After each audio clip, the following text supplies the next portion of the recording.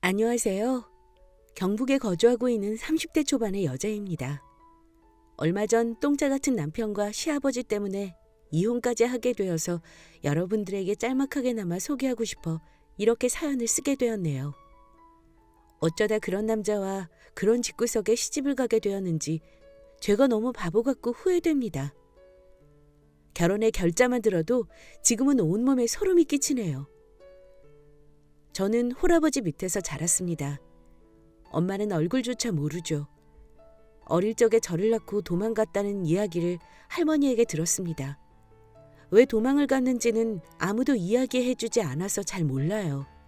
단지 저는 어려운 가정 형편 때문은 아니었을까 짐작만 하고 있죠. 그만큼 저희 집은 가난했습니다. 친정아빠는 학교도 제대로 나오지 않아 글자도 제대로 못 쓰는 분이셨고, 그렇다고 별다른 기술이 있는 것도 아니라 건물 청소 일을 하시면서 저를 어렵게 키우셨죠. 하지만 책임감만큼은 누구보다 강하셨습니다. 할머니를 모시면서 저까지 돌봐야 하는, 가장으로서 혼자 감내해야 하는 부담감을 회피하려 하지 않았어요. 비가 오나 눈이 오나 모두가 잠든 새벽에 홀로 일어나 허름한 옷을 입고 친정아빠는 일터로 나가셨습니다. 도대체 언제 출근하시는지 제가 알 수도 없을 만큼 일찍 일어나 늦은 저녁 시간이 되어서야 돌아오는 아빠였기에 전 주로 할머니 손에서 자랐습니다.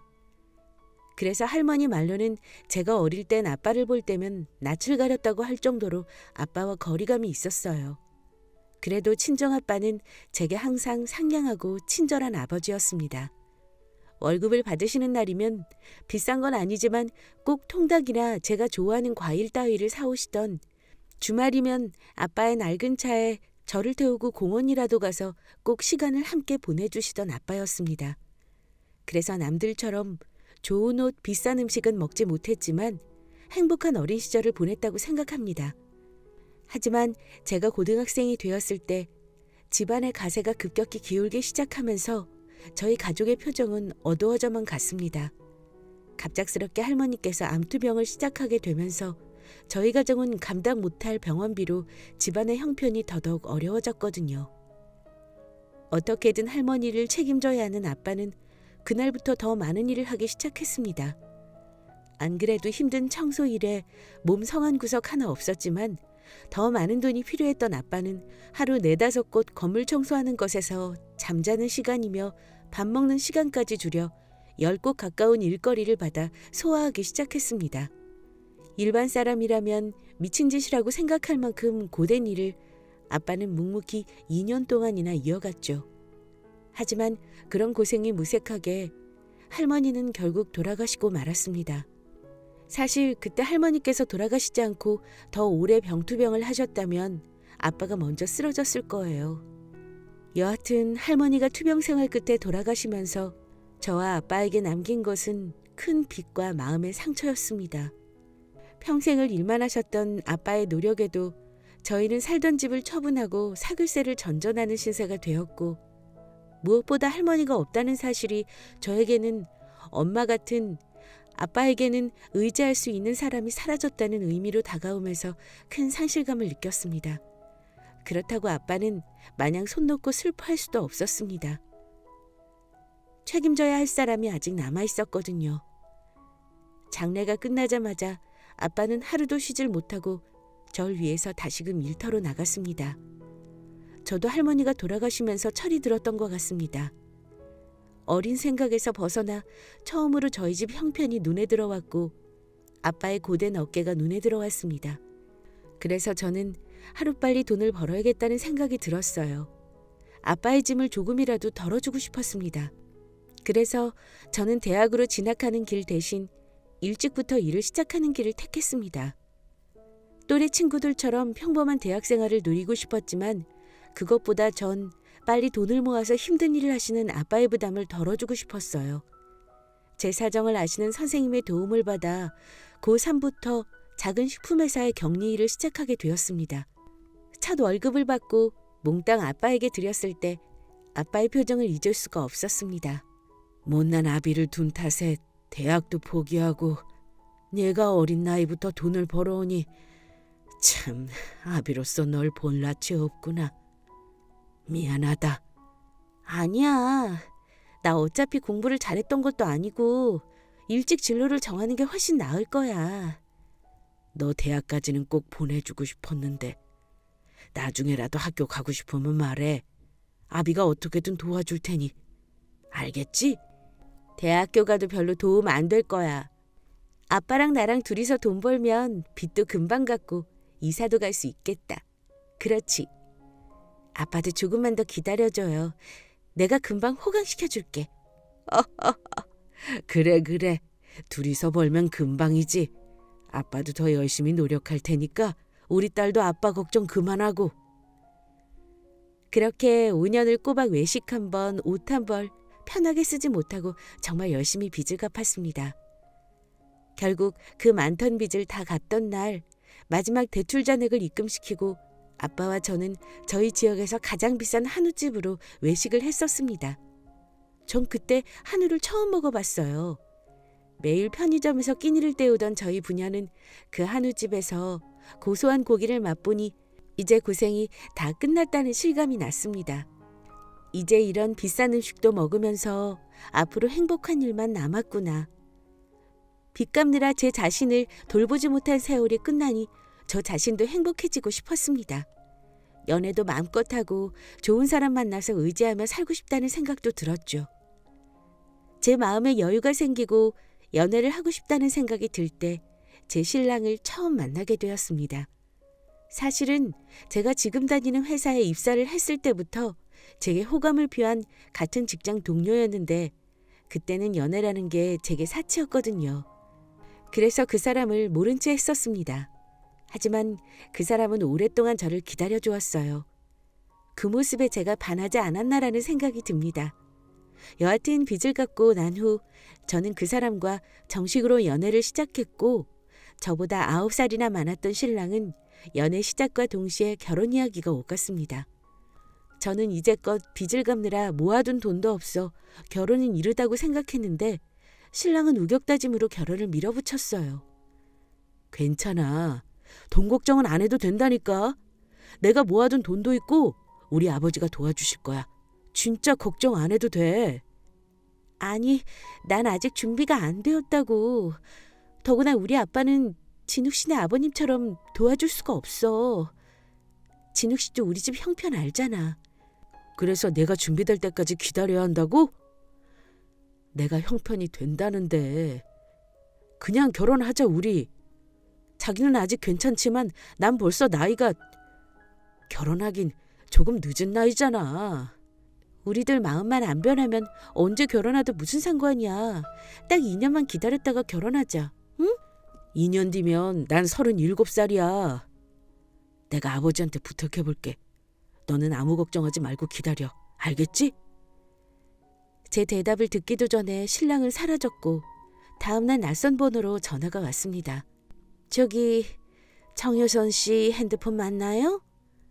네, 맞는데 혹시 어디시죠? 아, 저 진욱이 엄마 되는 사람이에요. 반가워요. 저희 아들한테 이야기는 많이 들었어요. 우리 아들이 아가씨를 너무 좋아하는 것 같더라고요. 우리 언제 밥 한번 먹을까요? 아, 네. 전 언제든 시간 되니 말씀만 해주세요. 그래요. 참 목소리도 예쁘네. 내가 우리 진욱이한테 말할 테니 부담 갖지 말고 우리 집으로 와요. 내가 맛있는 거 많이 해줄게요. 처음 시어머니와 통화를 하고 제가 느낀 첫 느낌은 굉장히 상냥하고 좋으신 분인 것 같다는 느낌이었어요. 그래서 결혼에 대한 부담과 두려움이 많이 사라졌습니다. 며칠 뒤 저는 신랑과 함께 처음으로 시댁에 방문을 하게 되었죠. 현관문을 지나 거실에 계시는 시부모님께 처음 인사를 드리고 두 분의 얼굴을 보았습니다. 시어머님께서는 제가 통화를 하면서 받았던 인상 그대로였습니다. 정말 곱게 나이 드셨다는 말이 딱 맞을 정도로 선한 인상에 미소를 가득 머금고 계시더군요. 하지만 시아버님의 표정은 많이 어두웠습니다. 인사를 하고 시아버님과 눈을 마주치니 제가 흠칫 놀랄 만큼 딱딱하게 굳은 얼굴로 저를 맞아주시더군요. 어색하게 인사를 하고 무거운 자리가 되겠다는 예감이 들 때 시어머니께서 분위기를 띄우기 위해 이런저런 말들을 건네오셨습니다. 아이고, 우리 진욱이가 반할만 하네. 이제 우리 며느리가 될 테니까 말 편하게 해도 되죠? 나 아들 하나 키우면서 얼마나 딸 갖고 싶었는데 이렇게 효선이가 우리 집에 오니까 얼마나 좋은지 모르겠네. 아, 어머니, 감사합니다. 어머님도 너무 고우세요. 말도 참 예쁘게 하지. 배고프지 않아요? 얼른 일어나요. 내가 우리 효선이 온다고 그래서 맛있는 거 많이 해놨지. 식탁에 수북히 쌓인 음식 주위로 저와 신랑 시부모님이 모두 자리에 앉았습니다. 그때까지도 시아버님은 한마디도 말씀하지 않고 어두운 표정으로 앉아 계시는 게 참 마음에 걸리더라고요. 다 같이 밥을 먹으며 본격적으로 결혼에 대한 이야기를 나누기 시작했습니다. 제 나이부터 직업, 사는 곳 등등 여러 가지 물음에 대답해드리다가 저희 아버지 이야기가 나오면서 시아버님께서 크게 화를 내셨습니다. 혹시 아버님은 무슨 일을 해요? 아, 네. 저희 아버지는 건물 청소 일을 하고 계십니다. 뭐라고? 건물 청소? 이제껏 아무 말씀도 하지 않으시고 음식만 드시던 시아버지가 큰 소리로 역정을 내셨습니다. 식탁에 있던 모두 갑작스런 고함에 하들짝 놀랐습니다. 당신 지금 식탁에서 무슨 짓이에요? 깜짝 놀랐잖아요. 아니, 당신은 가만히 있어봐. 얘야, 너 뭐라 그랬니? 청소?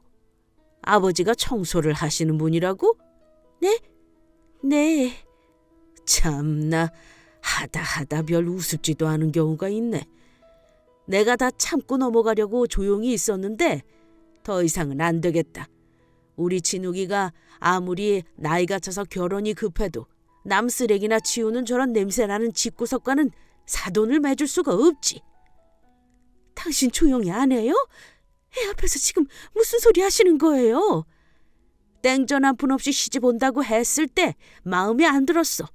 그래도 당신이 우겨서 한번 얼굴 보자고 참았지만 그래도 이건 아니지. 내가 쓰레기나 치우는 사람과 사돈이 되란 말이야? 다 없던 걸로 해. 결혼은 무슨. 건물 청소를 하는 냄새나는 사람이랑은 사돈을 맺을 수 없다며 역정을 내시는 시아버지에게 저는 아무 말도 하지 못하고 눈물만 흘렸습니다.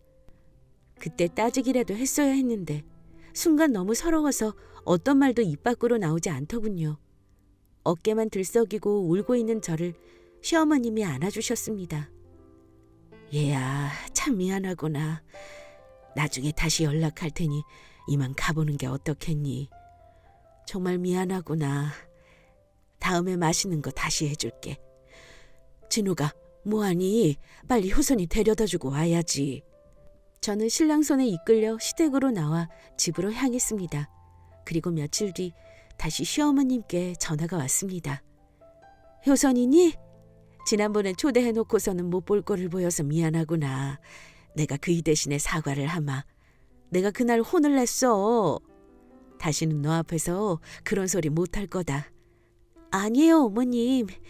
아버님 말처럼 저 땡전 한 푼 없고 아버지도 청소를 하시느라 절 도와줄 형편도 안 되세요. 결혼은 나중으로 미루는 게 좋을 것 같아요. 돈이 뭐가 중요하니? 우리가 조금 더 여유가 있으니 우리 쪽에서 더 해주는 게 맞지. 많이 상처받았지? 참 어린 것이 고생이 많았겠구나. 저를 따뜻하게 감싸주시는 시어머님의 목소리에 저는 그동안 제가 살아온 이야기를 모두 털어놓았습니다. 저도 제가 왜 그랬는지 모르겠어요. 단지 상냥한 시어머님의 목소리를 들으니 잠깐 엄마의 빈자리가 생각났던 것 같습니다. 토해내듯이 뱉어낸 제 지난 이야기를 시어머님은 묵묵히 듣고만 계시다가 제 이야기가 모두 끝나자 담담한 목소리로 이제 힘들었던 일 모두 떨쳐버리고 같이 행복하게 살자는 말씀을 해주셨어요. 그 말씀을 듣고 제가 얼마나 울었는지 모릅니다. 그날부터 시어머님은 제게 엄마가 되어주셨죠. 살뜰히 저를 챙겨주면서 반찬도 챙겨주시고 좋은 곳을 갈 때면 항상 저를 데려가 주시고 친딸과 엄마처럼 지냈습니다. 이젠 신랑 때문에 결혼을 하고 싶은 게 아니라 시어머님 때문에 결혼이 하고 싶을 정도였습니다. 여전히 시아버님은 저를 탐탁지 않아 하셨지만 저는 왜 시아버지가 시어머님 뜻에 함부로 반대를 못하는지 알고 있었습니다. 시어머니께서 제게 해주신 말씀이 있었거든요. 어머님, 저 너무 예뻐해 주셔서 감사하지만 아버님께서 저를 싫어하시니 사실 걱정이 많이 돼요. 그이는 걱정 안 해도 된다. 내가 좋다고 하면 절대 그이는 내 말을 무시 못하거든. 네?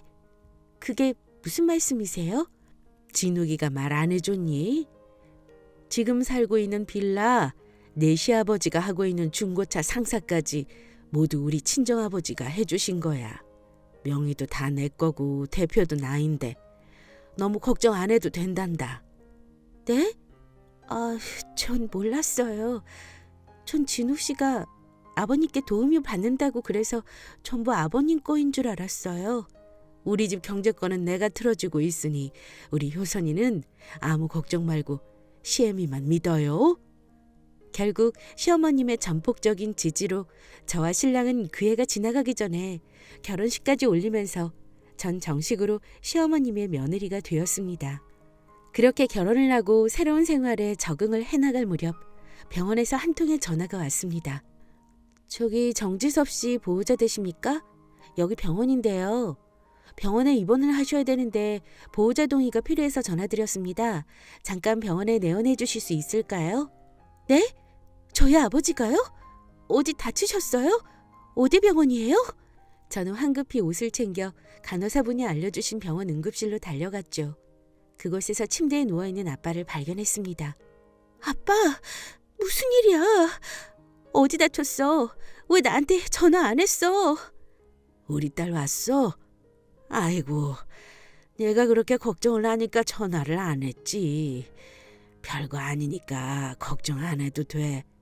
별게 아닌데 응급실에 누워있는 거야? 많이 다쳤어? 도대체 무슨 일이 있었길래 다친 거야? 고속도로에서 비틀거리더니 왼쪽으로 돌더라고. 다행히 뒤에 차는 없어서 크게 다치지는 않았어. 그러니까 우리 딸 걱정 안 해도 돼. 아빠, 그 차 얼마나 오래된 건데 그걸 타고 고속도로에 올라가면 어떡해? 큰일 날 뻔했잖아. 태연이 누워서 괜찮다고 태연이 말하는 아빠를 보면서 저는 안도의 숨을 내쉬었습니다. 아빠의 차, 제가 아주 어릴 적에 청소일을 시작하면서 이런저런 청소용품을 싣기 위해 마련한 승합차. 짐작을 해보니 대략 20년은 된 아주 오래된 자동차였습니다. 그 차를 여태껏 아빠는 몰고 다니며 일을 하고 계셨다니 결혼 준비와 신혼생활 때문에 아빠에게 무심했던 제 자신이 너무 부끄러웠습니다. 병원을 나오면서 정비소로가 아빠의 차를 천천히 보았죠. 아주 낡은 자동차, 아빠의 세월을 대변하듯 여기저기 녹이 슬고 매연이 뿜어져 나오는 자동차를 보니 정말 눈물이 하염없이 흘렀습니다. 당장에 아빠에게 전화를 걸었죠. 아빠, 이제 그만 이 차 폐차하고 새 차 사자. 내가 해줄게요. 아빠는 이 똥차를 가지고 어떻게 다녔던 거야? 그래도 나랑 평생 함께 달린 친구인데 똥차라니. 아빤 괜찮아. 수리하면서 타면 돼. 또 달리다가 무슨 문제가 생겨서 병원 가려고. 아빠가 일하러 나갈 때마다 내가 걱정하는 게 좋아? 우리 차 바꾸자. 내가 사드릴게요.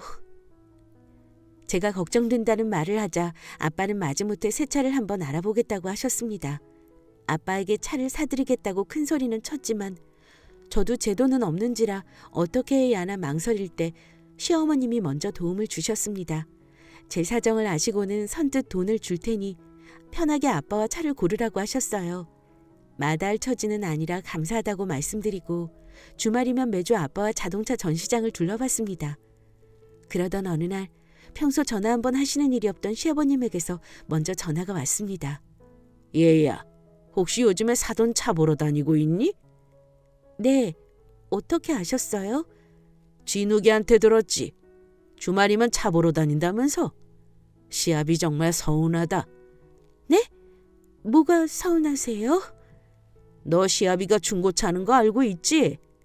같은 가족끼리 도와주지는 못할 망정 이렇게 무시해도 되는 거니? 내가 말이라도 먼저 아버님 차 팔고 계시는데 아버님한테 살까요? 라고 꺼냈어야지. 아, 친정아빠가 차를 많이 타야 하는 입장이라 기왕이면 새 차 사드리려고요. 중고차는 차 아니니? 진짜 서운하다 서운해.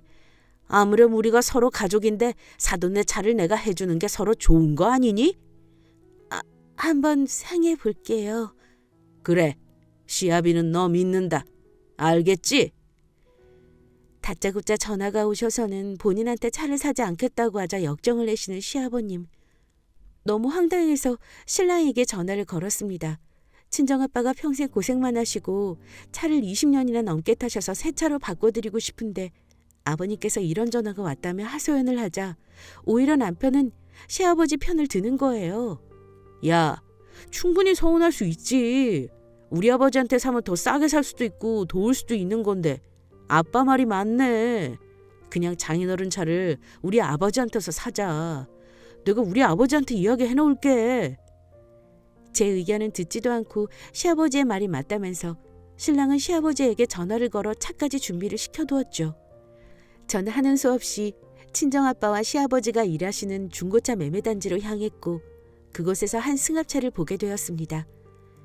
새 차가 아니라 저는 내심 마음이 안 좋았는데 막상 시아버지가 소개해준 차를 보니 예상했던 것보다 괜찮다는 생각이 들었습니다.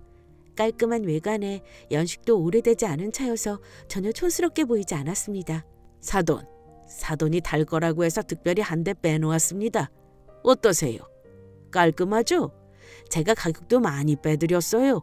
뒤에 짐도 많이 실을 수 있고 그냥 이걸로 할까요? 아이고 고맙습니다. 전에 타던 자동차에 비하면 벤츠네요, 벤츠. 사돈이 저 때문에 특별히 준비해 주셨다고 하니 이걸로 바로 하겠습니다. 고맙습니다, 사돈. 차를 보자마자 30분도 되지 않아 양도계약서를 쓰고 차를 인수해 왔습니다. 하지만 이게 이혼의 발단이 되리라고 전 짐작도 못했습니다. 차를 인수한 지 일주일, 드라이브나 가자는 친정아빠의 제안에 저는 아빠와 함께 도로를 달리고 있었습니다. 아빠는 한껏 신이 나셔서 콧노래까지 흥얼거리던 중에 차 아래쪽에서 덜커덩 큰 소리가 났어요. 깜짝 놀란 저희 부녀는 갓길에 차를 세우고 차 아래를 보았습니다. 언더커버라고 하나요? 차 아래쪽을 덮는 커버가 찢어진 채로 바닥을 끌고 있었습니다. 보험사에 전화를 해 사고 접수를 하고 가까운 정비소로 들어갔죠. 언더커버가 찢어져서 새로 교체를 받아야 한다는 정비소 직원의 말을 듣기로 하고 작업이 끝나기를 기다리고 있었습니다. 소파에 앉아 커피를 마시고 있었는데 난감한 표정에 정비소 직원분이 들어와 저에게 말을 하더군요. 저기 커버를 가려고 뜯어냈는데 차 바닥이 다 녹슬었어요. 와서 보셔야 할 것 같아요. 네? 녹이 슬다니요? 차 출고된 지 2년도 안 된 차인데. 저와 아버지는 정비소 직원분을 따라가 차 바닥을 보았습니다. 전체가 심하게 녹이 슬어서 출고된 지 2년 된 차가 맞나 싶더라고요. 주행하면서 왜 이렇게 소리가 나는가 싶었는데 밑에 녹이 다 슬었구나. 아빠, 나한테 그런 말 한 적 없잖아. 전에도 이상한 거 느꼈어? 그냥 소리도 한 번씩 나고 시동도 안 걸릴 때도 있고 그랬지. 근데 뭐 수리하면서 타면 되니까 말 안 했지. 아니, 차 가져온 지 일주일밖에 안 되었는데 수리는 무슨 수리야. 기가 막혀서. 저는 정비소 직원분께 차 상태에 대해 점검을 부탁했고 결과는 충격적이었습니다. 이 차 침수차인데요. 여태껏 굴러다닌 게 신기하네. 이상한 거 모르셨어요? 네? 침수차요? 여기랑 여기 물에 잠겼던 흔적이에요. 시트까지 잠겼으면 폐차를 해야지 왜 굴고 다녀요? 전 화가 머리끝까지 났어요. 바로 시아버님에게 전화를 걸어 정비소 직원에게 들었단 말을 하니 시아버님은 몰랐다는 식으로 발뺌을 하셨습니다. 전 그냥 넘어갈 수는 없겠다고 생각이 들어 시댁으로 따지러 들어갔어요. 시아버님은 그런 차인 줄 몰랐다며 발뺌만 하시고 신랑은 그냥 술에서 타고 다니면 되지 왜 일을 크게 만드냐는 식으로 절 몰아갔습니다. 아니, 침수차인 줄 몰랐다고 하잖아. 너 아무리 화가 나도 그렇지 우리 아버지한테 소리는 왜 지르는 거야? 너 진짜 아나무인이구나.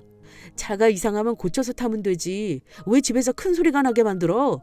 고치면서 타고 다니라고? 우리 아빠 자동차 때문에 고속도로에서 죽을 뻔한 거 몰라? 그래서 차를 바꿨는데 침수차를 속여서 우리 아버지한테 팔았잖아. 우리 아버지 이 차 타고 다니시다가 돌아가시면 어떻게 책임질 건데?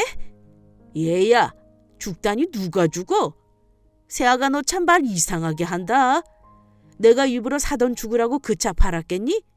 하여튼 어른한테 소리 지르는 게 누굴 보고 배웠겠어?